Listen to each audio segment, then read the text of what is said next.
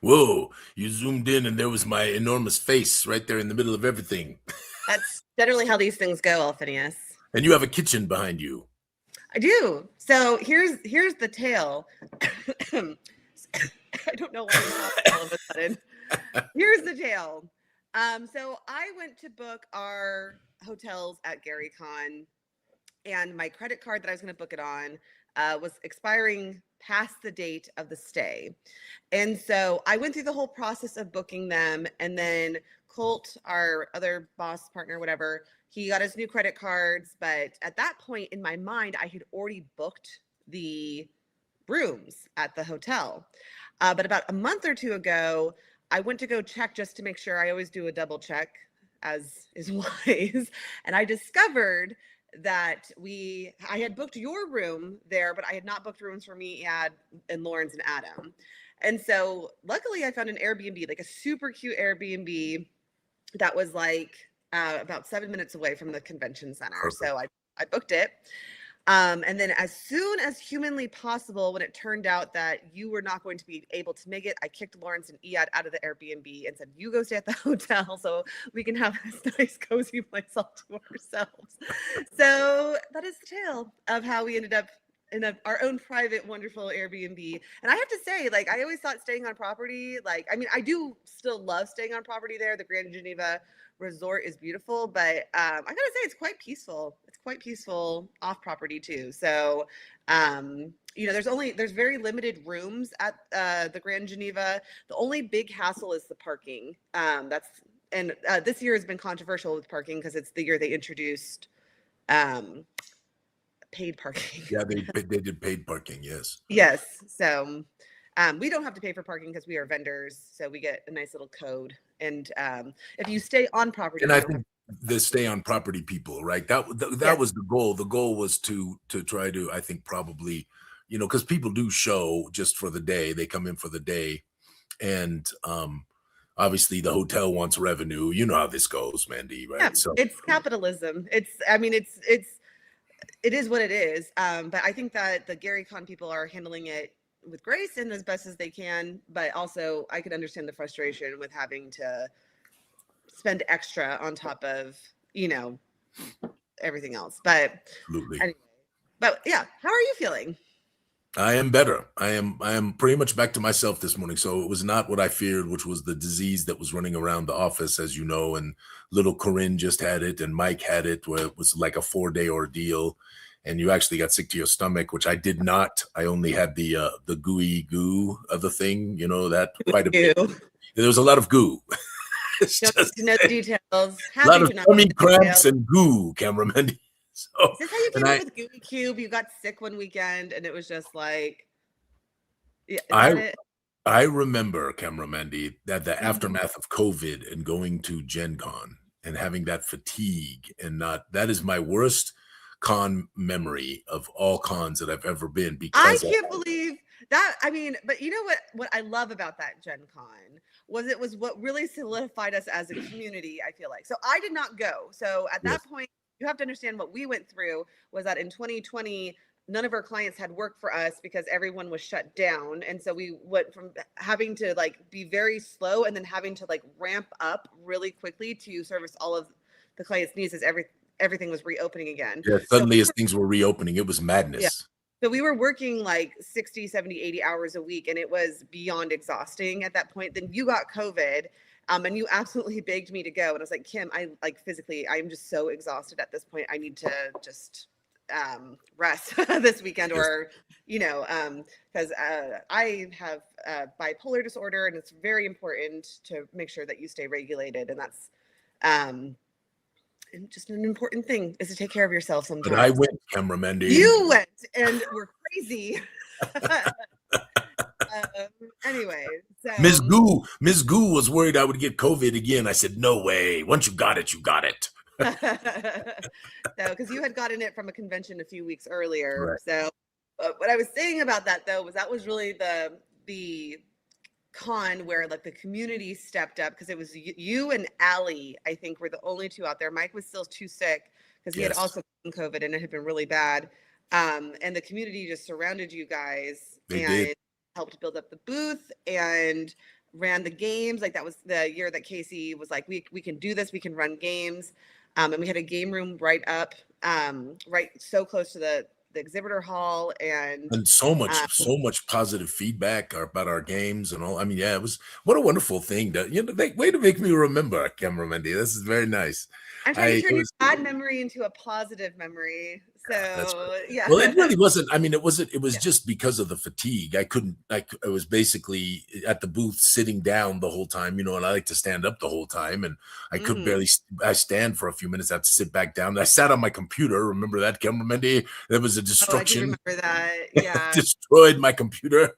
Now he's very good about keeping it in his backpack when he is not, and that backpack stays like strapped to you. So yes, I try to take care of it best as I can. Anyway, it is good to we got a lot to talk about today. You're gonna fill us in on Gary Con and all the fun stuff that's going on there.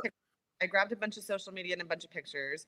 And we're going to talk, and we're also going to talk about doing epic one shots at conventions, which I'm kind of excited to speak to. Are we doing the Monster Bash, or are we waiting till next week? Because I did not get the Monster Mash up this week, so it'll have to be next week. So sorry, it's not going to finish in March, but I mean, neither does March Madness anymore, Cameron Mendy. They go well into April.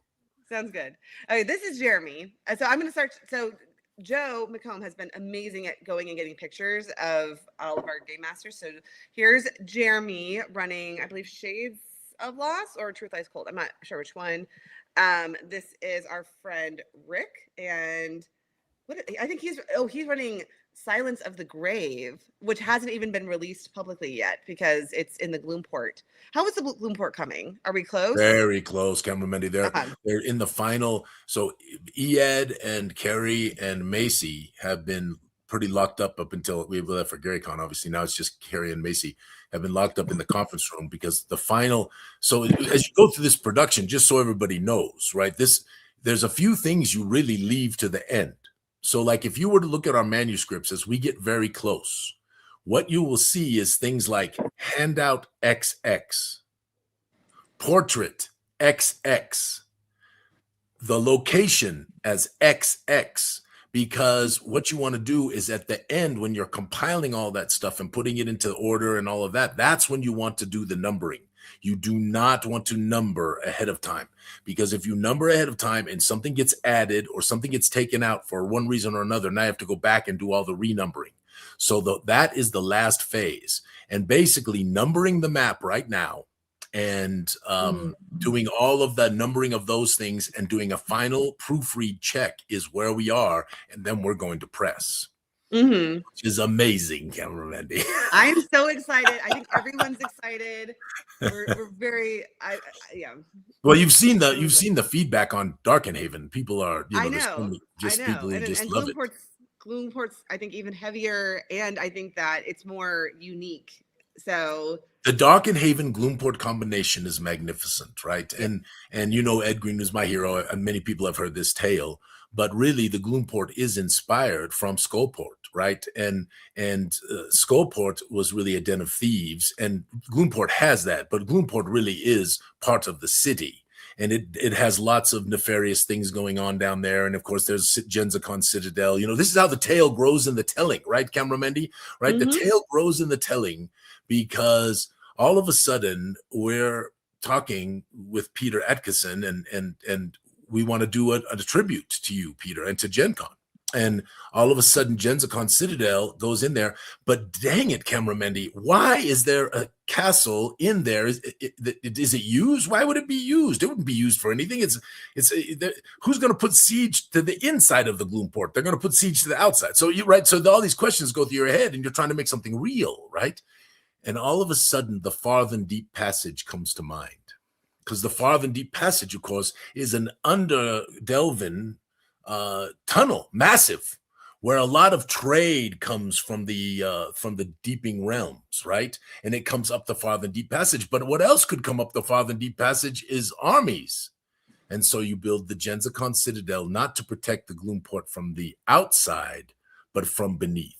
And it's just a great tale, and the Citadel is magnificent, and it's right there, in Gravenstown, where Little Zestrenia is, which wouldn't exist without Elias and his wonderful group of friends. I mean, there's so many things that came to be as the tale went in the telling. And that's what I love about this community, because the community is helping to bring it along. It's magnificent. I mean, speaking of GenzaCon, you know what you're about to get smacked with. GenzaCon know. 5. I know, Cameron Mendy. Because we have to have that ready for Gen Con. So yeah, I know, Cameron Mendy. Anyway, it's in my mind. Ben is running the Dungeon of Dunix, and we're going to talk a bit about Dungeon of Dunix later when we talk about epic one-shots. Because Ben gave Joe a huge compliment last night. So Joe is the one who condensed Dungeon of Dunix for Conplay. Dungeon of Dunix is a 16-hour dungeon crawl, and that gets run in a 4-hour slot.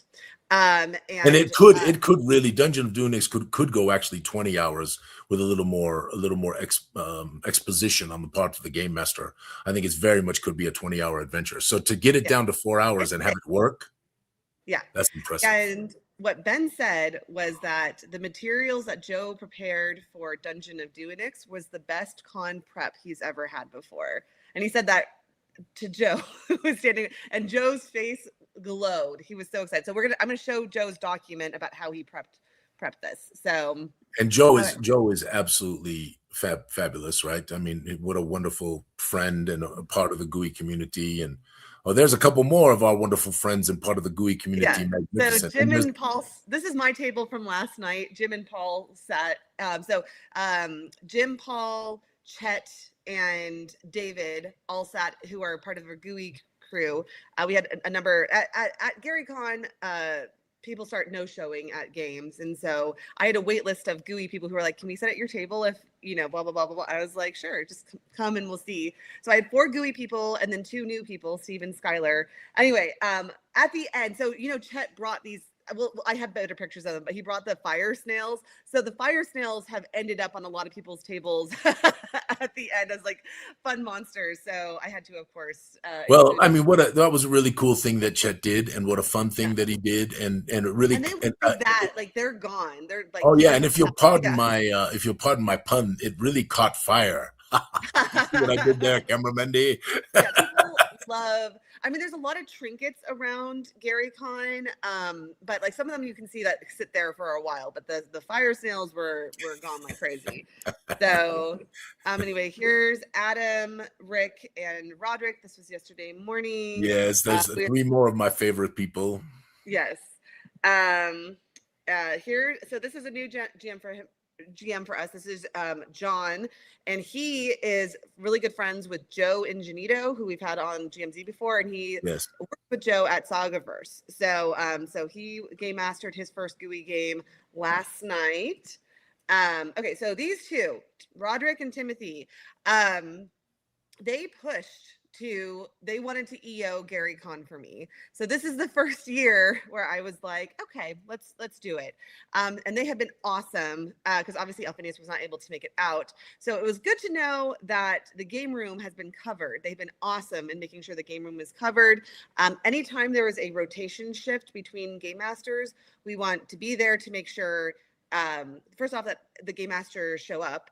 And I mean, rarely do game masters not show up, but like there's always a little something that could go wrong. Like I won't say who because he's in the chat, but someone accidentally overslept last year. So I ended up yes, I know who this is. Ha ha ha. We love you. It's okay. It was partially my fault because I double booked him. We try to not do this. We try not to have people close and then open the next morning because it's a late night and then an early morning. Yes. So I do take, but anyway, you want to make sure that you have coverage in the case that, because how we work with conventions is that we as Gooey Cube always ensure that our games go off if there's players at the table. So wait a minute, Minnie, I need to interrupt you for a second. So if they weren't in the chat, would you have said who it was? Because you said, I won't say who they are because they're in the chat. So if they weren't in the chat, would you have said who they were, Cameron? You would have talked behind their back. I only say it when I'm in person because I only say it to people who have deep affection for this person. Well, let's speak the truth. This person is also an excellent game master. Everybody loves this person. Like if you meet this person who is in the chat and might have just given a hint of who they are. most wonderful person on the planet. Anyway, and did extra shifts for me at Genghis Khan because, again, another GM had a family emergency come up. So anyway, all this to say, though, Roderick and Timothy have been doing a great job running the game room, making sure that our GMs are taken care of. And yeah, so thank you, Roderick and Timothy. Okay, anyway, next. This is Josh. Josh has been running Prime Rib for us. And this is another one that we'll talk about a little bit later. Or I guess we can just talk about it a little bit now. So Prime Rib is the second part of Foulest of Spirit. So we have the Red Star Rising campaign. For the first time ever, we will be running a track of the Darkest Dream at Gen Con. So that's going to be a lot of fun. This is the first time it's ever had convention play before. However, Alexander thought, you know what would be really fun is if we take this section, this small section of the Foulest of Spirits, and convert it into a 4-hour convention game. So I'm going to interrupt you, cameraman, because I need to interrupt, because the section that Alexander, first of all, Alexander loves the butchers. You have to know that. And I know this from long, long ago, before Alexander ever came to work for us. He's a technical person. He's very, very smart and very, very technical. But far before he came to work for us, he ran the campaign and was giving us feedback and all of that stuff. And Alexander loved the butchers, right? Mm-hmm. So this is how the background came. Now I want to give credit. I must give credit to where credit is due, because it was AJ, really, maybe with a little bit of yours truly, who said, can we not have hillbillies in fantasy? And that was the genesis of the entirety of the butchers and why they play such a big role in chapters 1 and 2 and 3. So that's the and it's a super fun combat, because there's role play opportunities and there's action, which when you're in a dungeon, that's one of the things that we face with, like, Dungeon of Dunix. It's a dungeon crawl with limited role play opportunities, and players at conventions a lot of times want to role play, and so that's what makes Prime Rib and that section of the book so fun. Is that basically they're attacking the butcher farm, so everybody who wants to know what's going on, it's actually the part of the chapter 2 where they actually go to try to assault. It's called, I think the chapter is actually called, a portion of the chapter is called Assault on the Butcher Farm, something like that. And you can see there's a hillbilly right there in front of Josh. Yeah. Oh, can't hear you, anyway, Mandy. All this to say, since can hear you now. For the day. What? Couldn't hear you for a second, but keep going. All this to say, because like what we're talking. Oh yeah.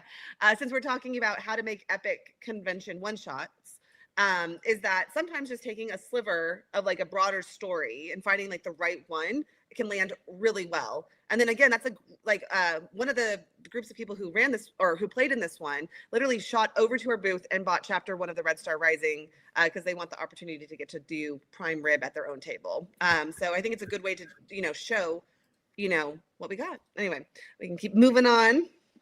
Okay. Oh, so Chandra is also a new game master for us.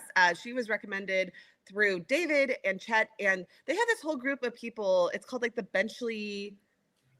I know the word Benchley, but it's a whole massive group of people who are RPG together, and that's how like Chet and David and Stephanie and all this huge group of people met, and it's just a wonderful story.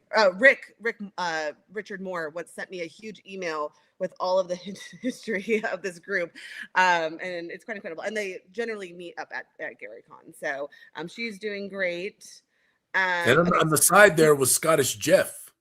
Oh yes, and we'll talk more about Scottish Jeff in just a second over here, who is also part of the Benchley Dale. It's Benchley Dale, Benchley Dale group. Okay, so over here we have Kelsey Dion signing our Evening in Ethholm giant print. So that one's going to go on the studio wall, right? That's the plan. We're going to try to get it signed by every one of the legends that we can, of course. Yeah. And then going to hang it on the studio wall. Absolutely. It'll look wow, great. Estonshore. So yeah, David, I don't know how he blew this thing up, but it is massive. So you can see, so basically our maps, especially for people who need bigger letters, can be a little bit small. So he blew this thing up. You can see like the actual map over here, and then compared to the poster size map in front of you. So anyway, I just thought that was awesome that he was able Well, to. and I love Eston Shore is so cool, Mandy, because it's of course associated with Darkenhaven. It's right across the river. It's the foul forest, and it just gives this wonderful opportunity for lots of adventure, really just right outside the city, which was always the plan, right? That's why we did it. And of course, that gave rise to all the wonderful stuff with Mornwood and Donnie and Andrea and Commander Arnold and Lady Arnold and all of the things that happened from there.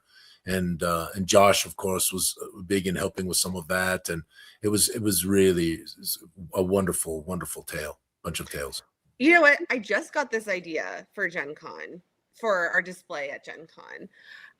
So one of the things that's a little difficult is that when you walk up to our booth, like there's now so many products. You have the Red Star Rising campaign, you have the Mornwood with like its 3 adventures, you have the Gensicon, then and by Gen Con, we are going to have the Tomb and Crovenloft and the Environs. So Yes. would it not be cool if around the booth we set little vignettes, like with the Mornwood, if we like found like forest and put like forest terrain around the Mornwood to show corrupted, and in Crovenloft we put like those flickering candles, like kind of give it like a gothic feel. Yes. And so every display had a little something different that showed off what the vibe of each product was. I think I love that. An interesting idea. And I'm very excited for Gen Con this year, especially now that I missed my, one of my top events that I love to go to every year. I missed that this year, which was heartbreaking. So, no, this is, and I love this, that David did this. Really, really amazing. Yes, absolutely. Lawrence is in the chat. He says, you take the booth this year, Mandy. I'll take the game room. I'll take both the game room and the booth, Lawrence. Cheer. No. No, I won't. It'll be too exhausting. But I will give notes on the booth, which I'm sure he'll love. He'll be annoyed at me. Okay. So our first new Knight of the Goo is Heather Ashcroft. She got her necklace last night. Alphinius, I will say that is one thing I'm really bummed that you're not here to do, is to give out the necklaces. But I didn't want to make everyone wait an extra year. No, you needed to do it. You needed to do it. It was the right move. I'm so glad you did. And Heather is marvelous and deserves so much to be one of the Knights of the Goo. I could not agree more. Yes. So Heather got her necklace, and someone else got theirs, and I'll show it when it pops up. So here's Andy. Andy, so one of the really cool things about Gooey Cube materials that we're getting more of is GMs wanting to convert our games into different systems. So Andy has converted the Ghost Stone into Savage Worlds and has been running the Ghost Stone and Savage Worlds for like a couple years now. Joe has converted the Tomb of Geisengax into a 4-hour Shadow Dark session and ran it a couple times at GaryCon.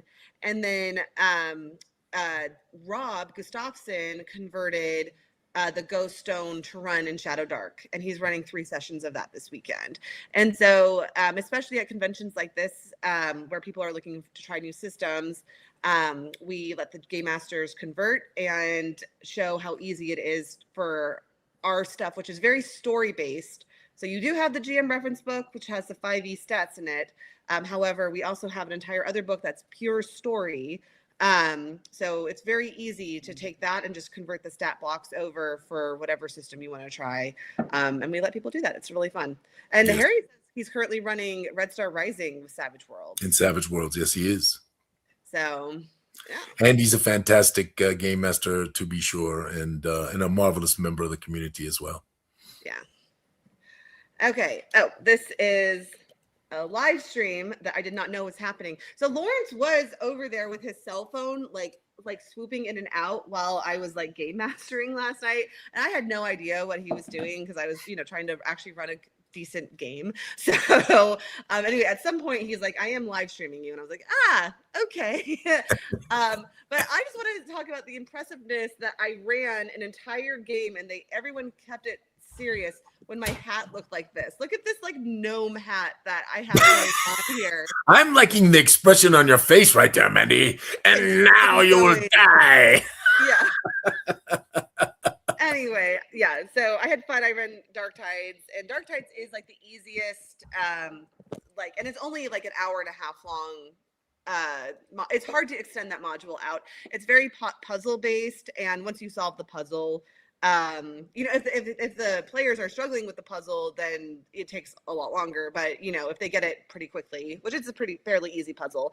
But yeah, it was a lot of fun. I think it's good every once in a while. I don't run a ton of games, but every once in a while, it's good to be reminded of what your game masters, as someone who it facilitates all these gameplays. It's good to be reminded of what it feels like to put yourself out there and make sure that our materials are prepped enough so that way it's easy for someone to step in. No, it's great. And you're going to be on a panel today.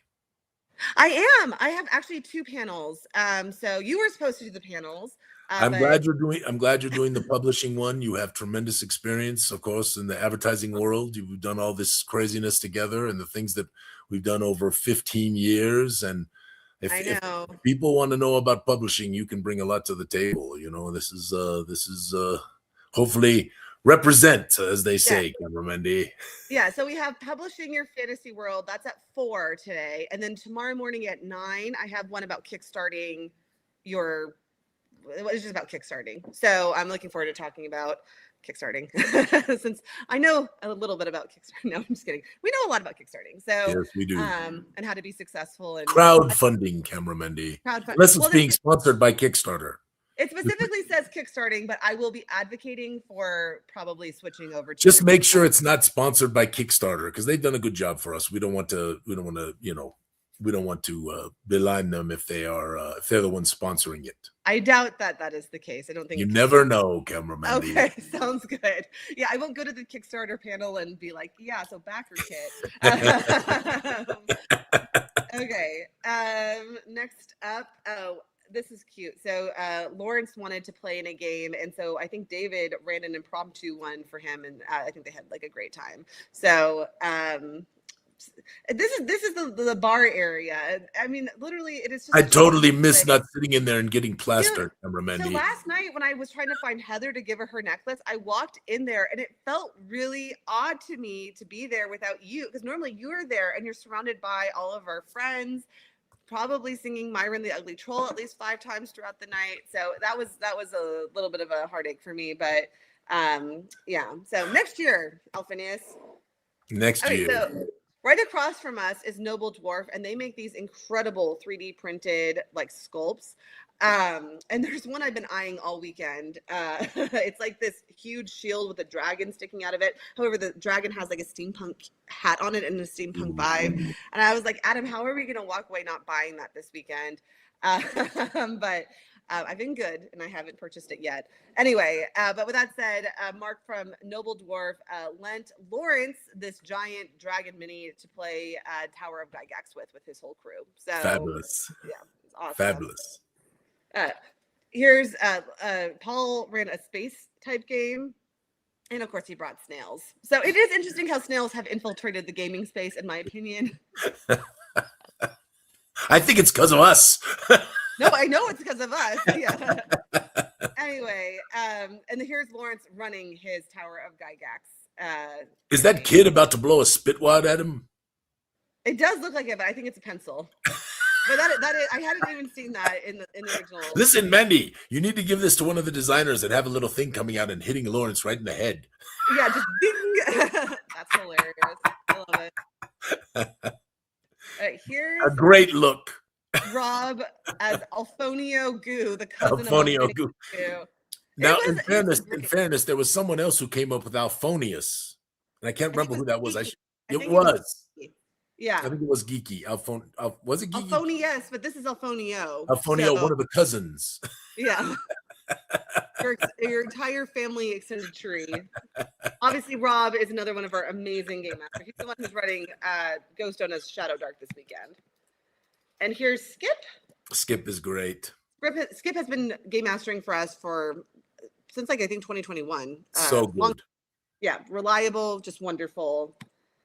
And here's again the fire snail made it onto Josh's game board. So anyway, you gotta have the fire snail. I'm just saying. Chet may need to buy a few more. Okay. Rick M, the GM, in his amazing steampunk outfit. Really. And he had a great Irish accent he's been walking around with. It's been awesome.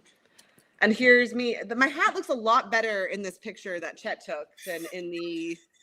Anyway, but this is right before the game started. So I was not wearing a hat originally, and then Chet and David were like, "What the heck? Why didn't you wear a hat?" And I brought a hat in case of emergencies, in case somebody called me out on it. So anyway, we're almost through. Here's the sale again, and Chet has been walking around with these awesome like gemmed necklaces. So this one's David. It says Booth Babe, and then his says third tier artist. So now this is important.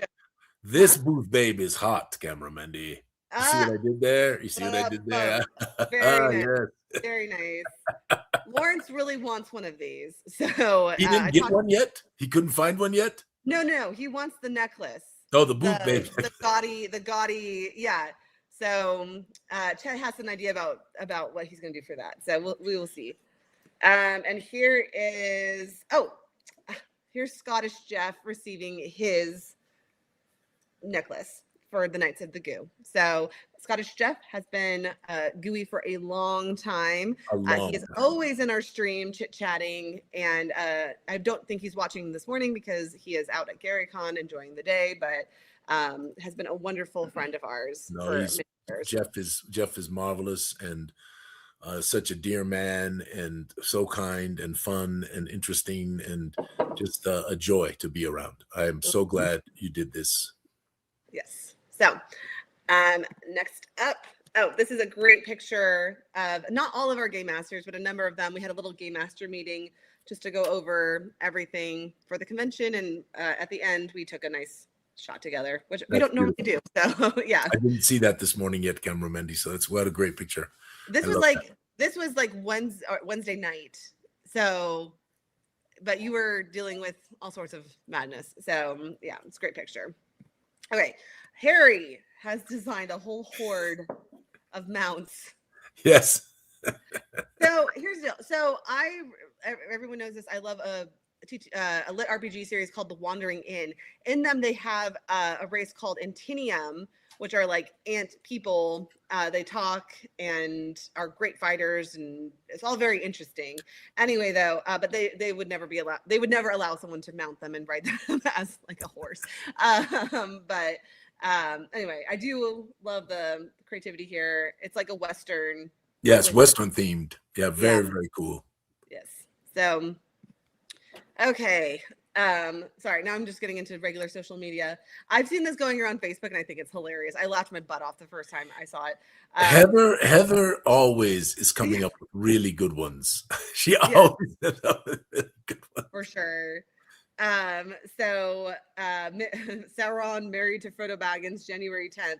Frodo Baggins, delete that, Mr. Sauron. Sauron, give me the ring back then.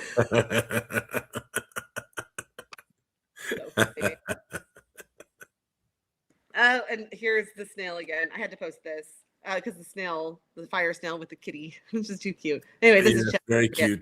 Playing with the fire snail. So have you for sure been poked by people who like scan the QR code? I've been poked a ridiculous amount of times, Camera Mendy.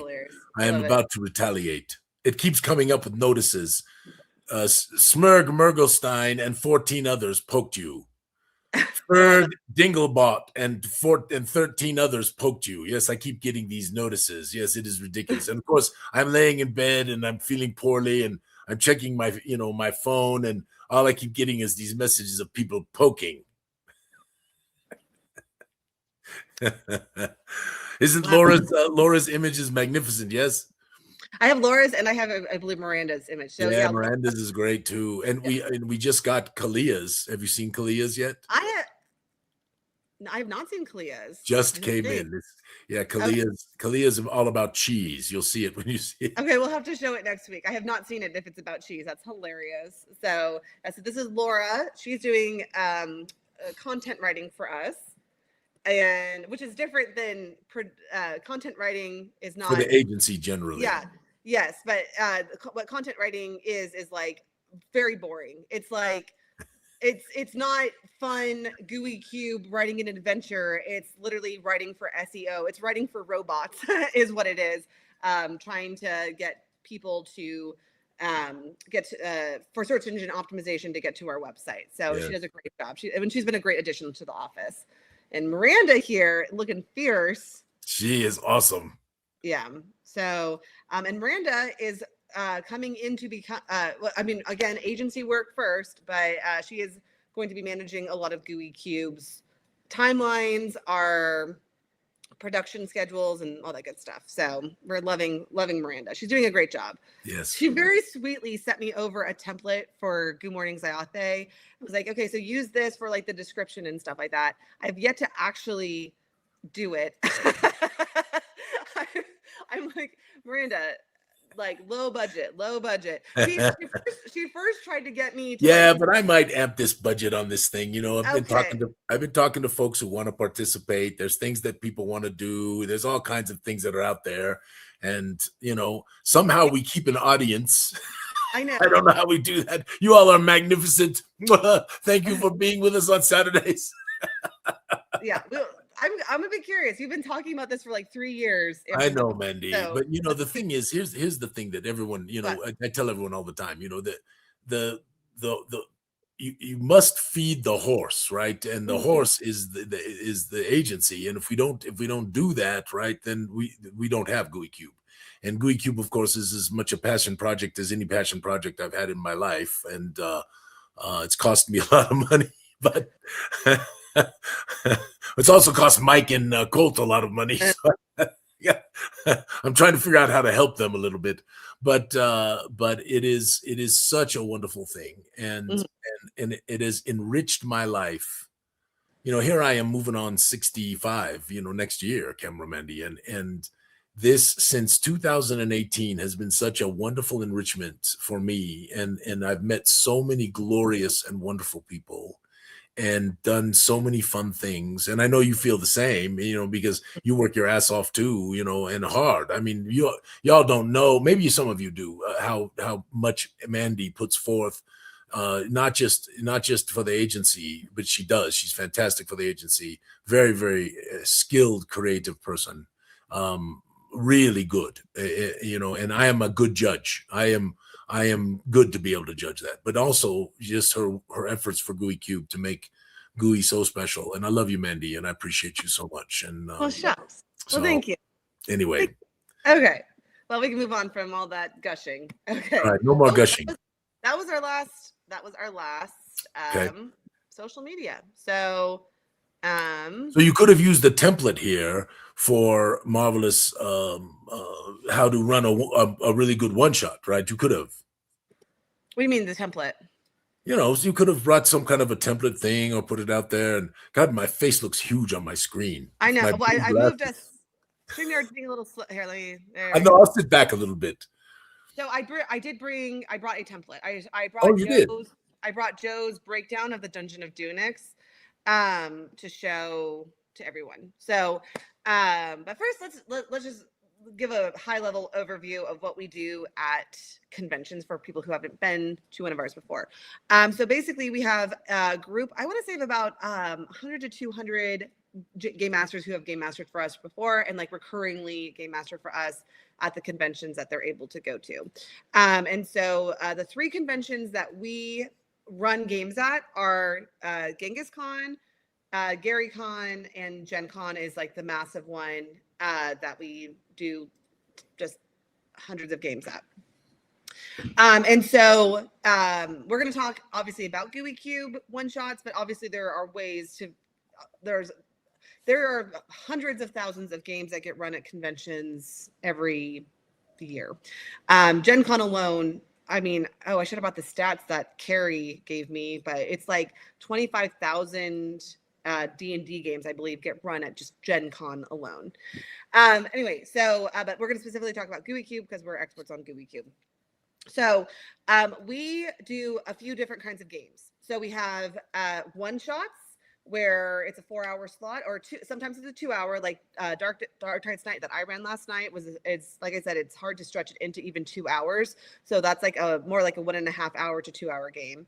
And then we have another one, The Deepest Fear, that is about the same length. But most of our games are going to run in like 4-hour slots. However, like, you want to show off the product that we have. And those tend to be a lot longer. Those tend to be 16 to 20 hour adventures. And I'm talking about the ones that don't come in boxes. I'm talking about like Dungeon of Dunix, The Truth Lies Cold, Shades of Loss, that kind of stuff.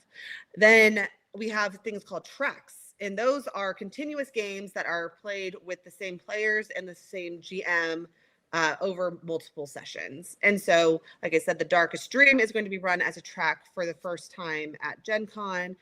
We have like Blood for the Con that is going to be run as a track. However, we also have the first part of Blood for the Con, which is called Peculiar Brews. And that is a 4-hour one-shot for a convention. And I think Peculiar Brews is so fun. I think it's such a cute little fun little tale. You know, it's so good. Yeah, absolutely. I mean, like, so, okay, so here's the question. Let's start with the first question. At a convention, do you prefer, because we have both, do you prefer more of a sandboxy adventure, or do you prefer a railroad adventure? Yeah, put that in the chat. I want to talk about it a little bit, because first of all, a one shot at a convention does not have to be a railroad. It will tend to be more railroady generally than certainly any kind of campaign you might run, especially if you run sort of an open thing and allow people to sort of direct their own characters' lives, right? All of that stuff. So what are people saying in the chat so far? What are people saying? I have not gotten any comments. So in the chat, if you want to just answer the question, would you prefer as a player or as a GM? But if you're talking as a GM, tracks are growing in popularity. We definitely have seen this, that tracks are growing more because people do want a more experiential thing, I think.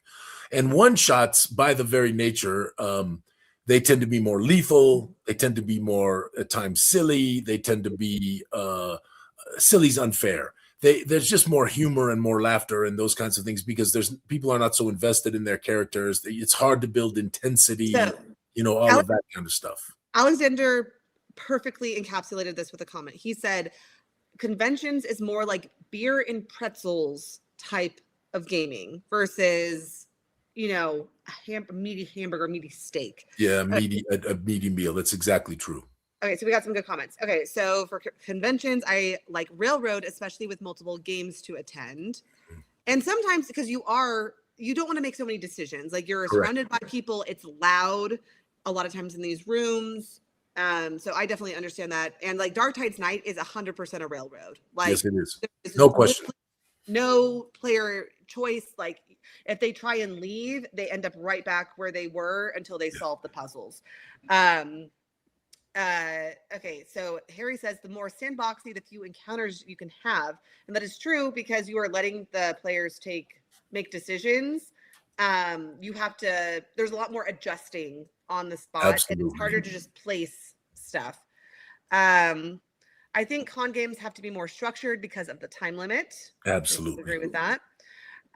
Terra and GenzaCon at a con definitely has a railroad aspect to it, but it all makes sense because you're in the sewers and have just one direction to go. Yes. Just Little Mindbud says more whimsy. I mean, that's what people have written about this in the past, that especially at conventions, you almost always default to ending up in a dungeon, right? And dungeons by their very nature are a little railroady. Right, you can go down one corridor or the other, but you basically have A, B, or C choices generally, unless you want to leave, right? And so those things, right? But I want to say something that's really important. If you're trying to run a one shot at a convention, one of the most important things you need to do is to read your table before you start. and always remembering that you want to try to have everyone at the table have a good time. And so I always try to pick out who I think are the people who are least likely to be engaging. You know, and make sure that in my mind I have a plan for the quiet one in the corner, to make sure that they get a chance to participate and be a hero too. And it doesn't happen very often, but every once in a while you get a table dominator, and you have to be prepared to be able to deal with the table dominator as well, which is why I love my system, which is why I say, what are you doing? What are you doing? What are you doing? I go around the table and literally ask people those questions, because that enables even the quiet one in the corner to have a chance to say something, especially if you've got a table dominator or two. You should also read your table in terms of what kind of game are they looking for, and are, you know, many times at conventions it's much more lighter and much more breezier, and so it's okay to have a little fun at the table. But some people don't want that. They really want a good intense session. And so sometimes at the beginning I ask the question, what are you looking for today? We got a 4-hour time together. What would you like, you know, what would you like to have? And I think that really helps in making the experience really enjoyable for folks. Because you're literally trying to tailor, even though you've got kind of a railroady thing going on, you're trying to tailor it more to the table itself. Now, I will make an argument here, which is that I feel like if when you become a more experienced GM, it is a lot easier to make those accommodations. It is. When you're first starting out doing convention one shots, you know, you are learning how to read all that stuff at the Yes. table. So I don't want anyone to be intimidated into thinking they have to do that right off the bat. Oh no, Um, yeah, we do a really good job. Our team, and you know, obviously you're going to show some stuff here in a minute. yeah, Our team does a really good job of equipping, so that we really try that, to. Yeah. yes, But I mean, at the end of the day, you are not going to know until you are actually at the table, like what it feels like. You can try and anticipate all these things, and then all of a sudden, all these eyes are on you, and you're like trying to just remember all the story beats and try to not read exactly what's on the page, and you know, not try to be the blah blah blah. You know what I'm saying? it The does book. generally help to be Yeah. an extrovert, Kemra Mendy. Yeah, no, that is true. That is true. But anyway, all this to say though, like it is okay to like take pieces of advice that work for you, you know, in the beginning, and then you can always expand out into these things. And ultimately, and this is what I always say, if you're having fun, it is more likely that the table's having Correct. fun. And so even if you don't take every piece of advice that's given to you, but you're running something that works for you, that's going to feel a lot more natural at the table Well, for let me keep going, because I want to say the second phase. So if go you've ahead. read the table and you've kind of figured out who your players are and what is going to make them tick and make them enjoy it, that's a good first step. I really want to, no matter who you are, if you aren't so good at reading, just ask. I do that a lot. Just ask people, you That's know, good what are idea. you looking for, blah blah blah. But then the second phase, the second thing that I cannot stress enough is keep the action moving. Keep Mhm. it going, and you throw things at them. Do whatever you need to do to keep the action going, because if you keep the action going, they will have fun. Almost every table I've ever been at, even people who are kind of methodical in their approach to the game, I don't let them be too methodical. I don't let them think too long. I don't let them ask too many questions. It's kind of slimming down. They're going to get an encounter. They're going to get a weird puzzle. They're going to get a strange happening. Something is going to occur to keep the action rolling. And if you do that, you will almost always win in terms of the table. Keep going. Yeah. Oh, and I mean, one part of that, let me just say, so there is this phase in convention gaming where you are waiting for everyone at the table to arrive. So you have maybe one or two players who come early, and then everyone else comes at their own pace, and sometimes that's 5 minutes after And the game. sometimes late. Yeah. So part of that is engaging. Don't just sit there behind your screen not talking to the two players who are at the table. That is a great time to start engaging them. Ask them about like, hey, what's your experience with D&D? Hey, what do you like to do with D&D? It's a good place to start the conversation. I have some good comments here. So it's like my experience with teaching. When I first started out, I needed lots of slides and demos ready to go. And then eventually I got to the point where I could show up with a theme and be ready to run a 75-minute class Really session good. without missing a beat. You just need to give yourself grace and give yourself time for your experience to grow. And that is That is 100% true. beautiful. You cannot learn unless you put yourself out there to do it. And it's, yeah. So, and Harry says, action does not have to mean combat. It makes things happen. So yeah, that's what I was just saying there. It could be a combat, but it could be a strange happening. It could be a puzzle. It could be an interesting NPC that shows up. It could be something that happens totally externally to earthquake, for goodness sakes. What happens, right? There's so many things you can bring to the table to sort of amp up the action. And this is actually honestly, if I could have a commercial for, I'm sure almost everybody in the chat has this, but if you get the Gooey way, the Gooey philosophy and the house rules, they're free from the website. There's some very good insights in there on how to run great games. That's right. Look, and for the next hour, the PCs ponder why that flower is there. Is it a trap? Is it a monster? What are we going to do? Is it treasure? All right. So I'm going to show this. This is Joe's breakdown of the Dungeon of Dunix. And we also do these videos. So on our YouTube channel, all the con games that we run have videos done by like Joe and Carrie and Charles and Alexander that walks through like the story beats. Those videos are really just to familiarize yourself with the module. What Joe did here that was so spectacular is that he really broke down what the GM, where people should be at which point in the game. This is so good. And by the way, isn't that map? I love that map. Yeah, and so so you start out here, right?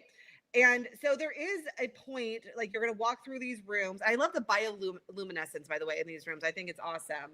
But you do see that there are two pathways here, but ultimately they're going to lead to like the same place. And so I believe, isn't this just half of the map? Am I making that up? I believe that. No, there's more I think there's more on the right-hand side, cameraman.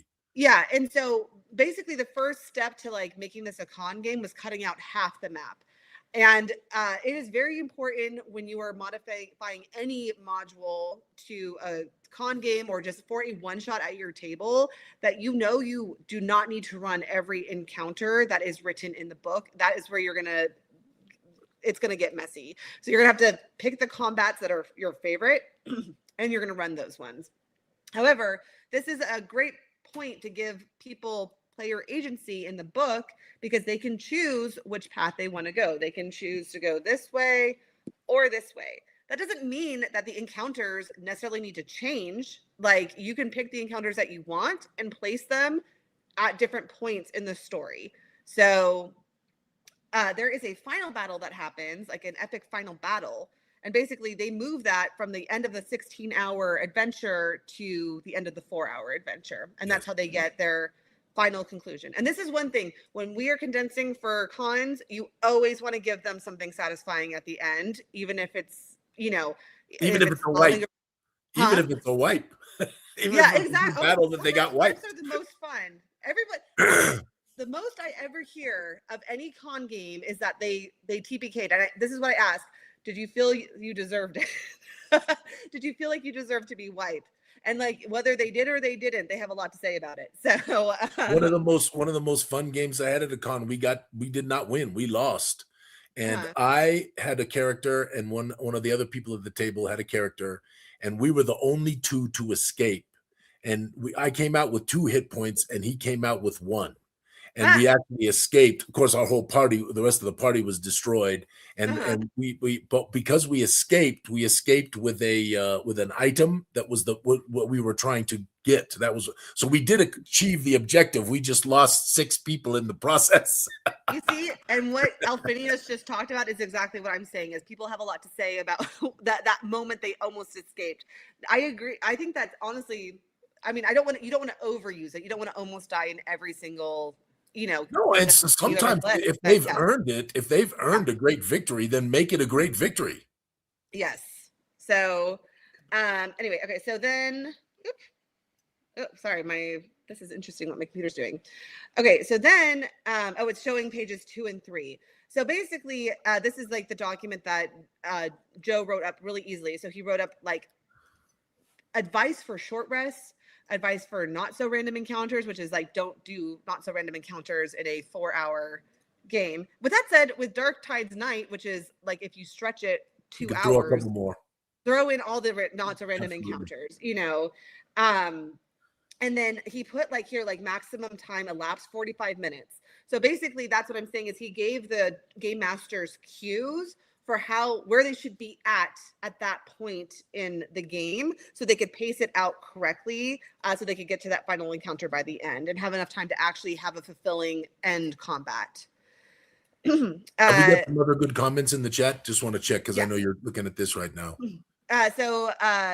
Ken says his concept of a loading room was terrific. So I believe that is the room right before the final combat where you kind of prep them to be ready for the final combat.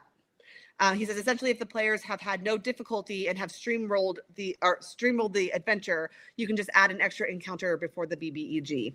Or, I just, again, everything can be variable, right? You just add to the BBEG. Oh, goodness. How did they end up with 3 more trolls on their side in that room, right? Whoopsie. Yeah. So it depends on how strong or how weak you want them going into that final encounter. And by the way, cameraman, did you say streamrolled? Streamrolled. That was the word. No, steamrolled. Steamrolled. Well, this is not streamrolled, cameraman. Yeah, it's because we're on the stream right now. So that's why. Yeah. Also, if you mess up, just do it with confidence. So, steamrolled. Don't get streamrolled ever. Okay. Harry says you can make your own notes like this example. What encounter can be eliminated or shortened? You can tag the required encounters, etc. Okay. Another thing that Ben has been doing. So in a dungeon crawl, again, it is hard to have role play. And so what he did is that there was a room where there is you find a body, and he just took that body and he made that body an alive body. So that way, instead of finding a discovery of a dead thing, you come to a room and there's an alive thing that you can actually interact with and talk. And this is something Alexander does with Darkness in Genzicon. So Darkness in Genzicon has like a super interesting mechanic where you're going down a dungeon.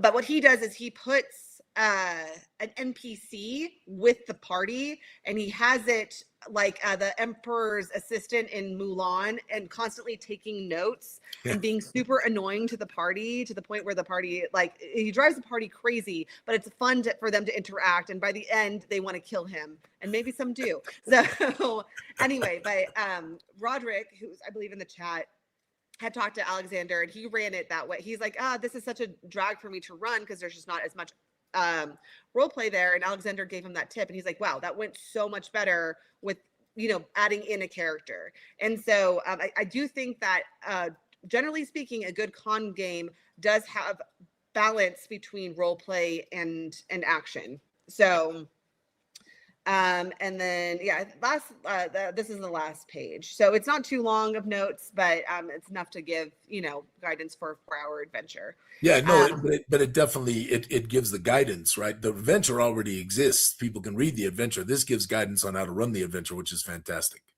I think the most important thing too is that you prep before the event, and then actually nobody, and we've gotten every once in a while we get a review that the game master has just read straight out of the book.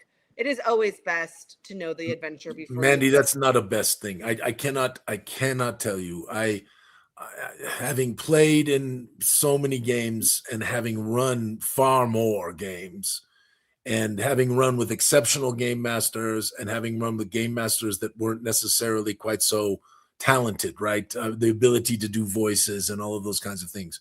I can unequivocally tell you that whether they are a less experienced game master who doesn't have as much skill, or a very experienced game master who has great skill, preparation makes the difference in every case. Every case.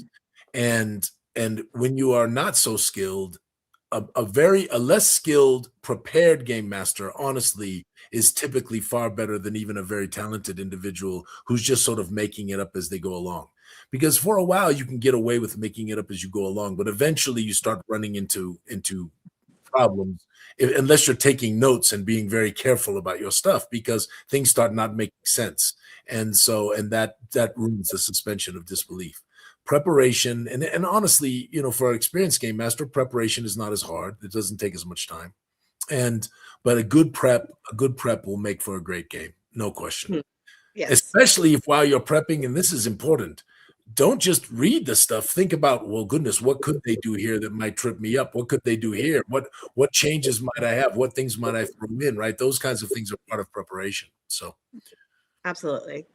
Yeah, so we are at time. It is noon. So I really appreciate this discussion. This was a lot of fun, and we look forward to seeing you. If you like this, if the chat like this, we'd like to know, because this is some things we might do a little more of in the future. Also, I saw another build by Todd. We got to get Todd back on, and there's some other people that I've been looking at, Mandy, who've been doing some really cool things that I think we need to have on Goo Morning Zyathé. So send me a link. I'll get them booked. I will. And did you see the press release and Luke going to be involved now? Yeah, with wonderful, Wizards, right?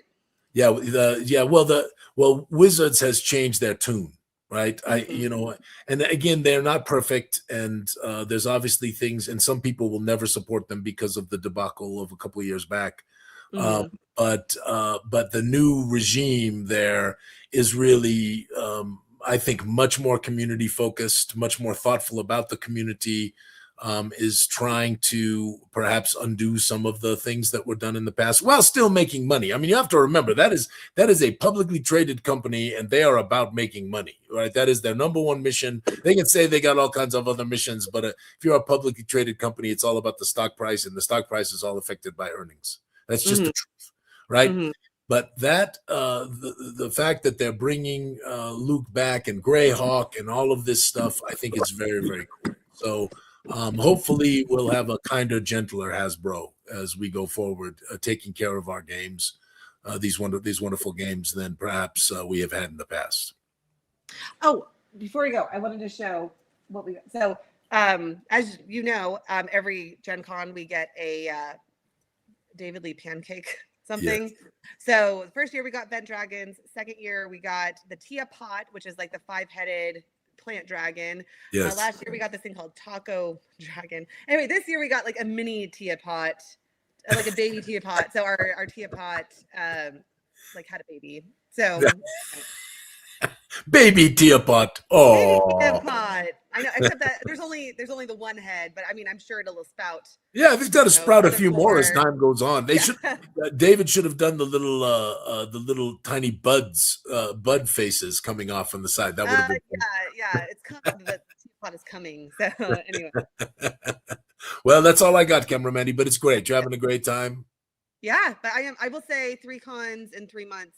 I know some people do this full time, but it's a lot for me. So I'm so jelly, though. I'm so jelly. Yeah.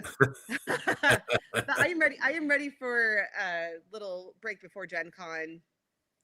Well, and Gen Con's a big push up for the team for sure. So huge. Yeah. All right, my friends. Well, wonderful. Thank you for joining, especially those of you who are at GaryCon who come hang out with us a little bit. That was marvelous. And to all the game masters and the EOs and all of the wonderful people who support this Gooey thing and support GaryCon and support Luke. And Bushra gave me a nice message on my Facebook when she found out I was sick, and I just it's such a wonderful thing. Just gaming is special, and I don't got nothing else, Camera Mandy. So may GaryCon be sticky. Ha ha. See you next week.